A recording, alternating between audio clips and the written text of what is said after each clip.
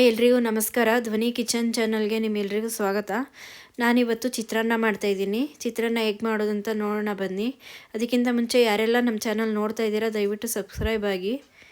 ಮೊದಲಿಗೆ ಒಂದು ಪ್ಯಾನ್ ಇಟ್ಕೊಂಡಿದ್ದೀನಿ. ಅದಕ್ಕಾದ ನಂತರ ಎಣ್ಣೆ ಹಾಕ್ಕೊಂಡಿದ್ದೀನಿ. ಎಣ್ಣೆ ಕಾದ ನಂತರ ಕಡಲೆ ಬೀಜ ತೊಗೊಂಡಿದ್ದೀನಿ ಅರ್ಧ ಕಪ್ಪು. ಇವಾಗ ಚೆನ್ನಾಗಿ ಫ್ರೈ ಮಾಡಿಕೊಂಡು ಒಂದು ಕಪ್ಪಿಗೆ ಇದನ್ನು ಎತ್ತಿಟ್ಕೊತಾ ಇದ್ದೀನಿ. ಏಕೆಂದರೆ ಇದನ್ನು ಹಾಗೆ ಬಿಟ್ಟರೆ ಸೀದೋಗುತ್ತೆ ಚಿತ್ರಾನ್ನ ಆಗೋಷ್ಟರಲ್ಲಿ. ಕಡಲೆಬೇಳೆ ಉದ್ದಿನಬೇಳೆನೂ ಕೂಡ ಅದೇ ರೀತಿ ಮಾಡಿ ಒಂದು ಕಪ್ಗೆ ಎತ್ತಿಟ್ಕೊತಾ ಇದ್ದೀನಿ. ಇವಾಗ ಒಗ್ಗರಣೆಗೆ ಸಾಸಿವೆ ಹಾಕ್ಕೊತಾ ಇದ್ದೀನಿ.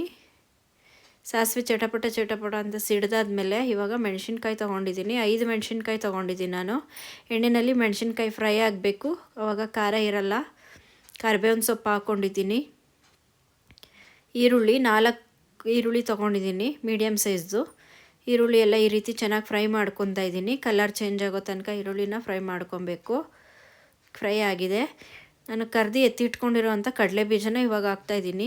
ಉದ್ದಿನಬೇಳೆ ಕಡಲೆಬೇಳೆ ಕೂಡ ಹಾಕ್ತಾಯಿದ್ದೀನಿ. ಇವಾಗ ಹಾಕ್ಕೊಂಡು ಇವಾಗ ಚೆನ್ನಾಗಿ ಮಿಕ್ಸ್ ಮಾಡ್ಕೊತಾ ಇದ್ದೀನಿ.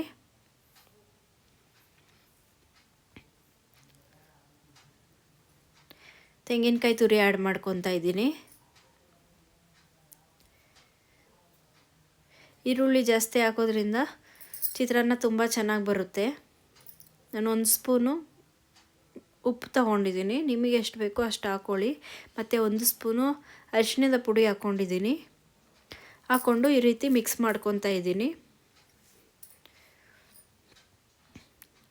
ನೋಡಿ ಎಲ್ಲ ಇವಾಗ ಚೆನ್ನಾಗಿ ಮಿಕ್ಸ್ ಆಗಿದೆ.